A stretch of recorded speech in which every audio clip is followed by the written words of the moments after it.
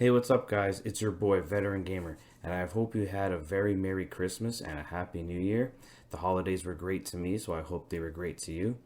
To kick things off in 2022, I want to take a look back at the top 5 games that I played in 2021. Number 5. Returnal is the game that comes in at my number 5 spot. This action game has the house mark written all over it, from the overall mechanics to the arcade feel. Everything about this game felt like a house mark game, and it was a fantastic experience front to back. In my review, though, I did criticize this game for not having a save feature and that it made it impossible to play for casual players or players who just had time constraints. Thankfully, with the 2.0 update, they did add a save feature, and now this game has a much more broader appeal than it ever has before, and therefore I recommend this game to anyone as it is one of the best PlayStation 5 games on the market, and it comes in at my number 5 spot. Number 4. Forza Horizon 5 comes in at number 4. Now, it needs to be said that while many other outlets may have this game higher on their list or even their game of the year, however, for me personally, I am not a racing fan, and I am just merely a casual racing player in general. Although I do like cars, I don't play racing games very often, so it does drop down on my list.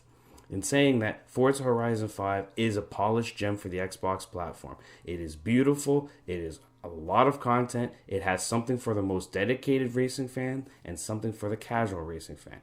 This is definitely a game that should not be missed, especially if you are a Game Pass subscriber.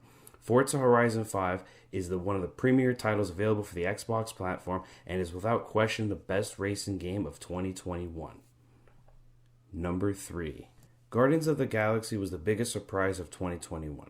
This was a game that for me personally as a Marvel fan, I had very low expectations. Square Enix did not do any favors with this expectation considering that the Avengers game turned out to be average at best.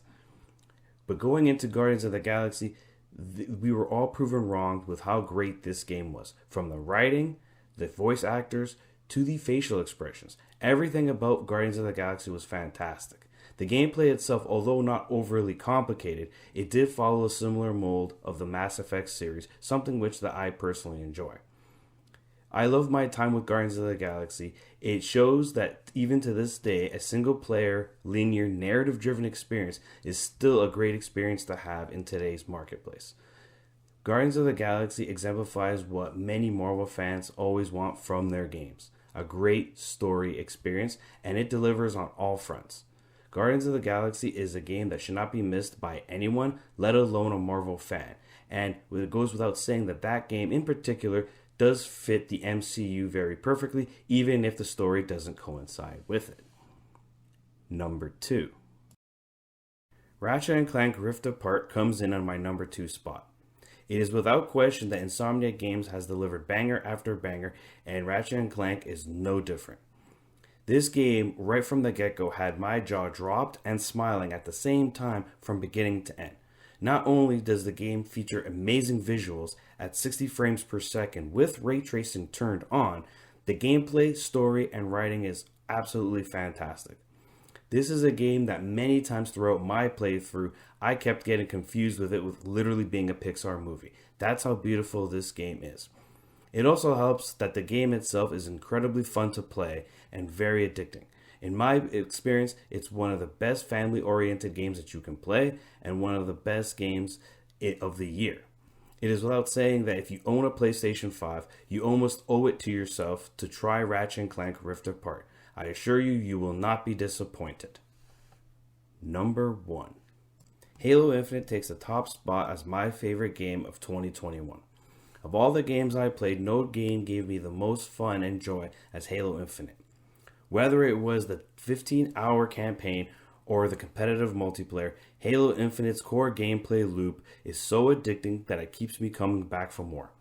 Even though the campaign was missing co-op at launch and the microtransactions is rough and needs work, the core game is still amazing and it is the best FPS game of 2021. As an FPS fan myself, this was the game to me that I played the most and is the game that I keep coming back to, and is a game that I highly recommend anyone who has access to an Xbox platform or PC to try this game out. Halo Infinite is the embodiment of the Xbox brand and why people buy an Xbox. And to me personally, being the number one game of 2021, that makes Halo Infinite my 2021 Game of the Year. This is Veteran Gamer, and I hope to see you guys next time. Triple kill.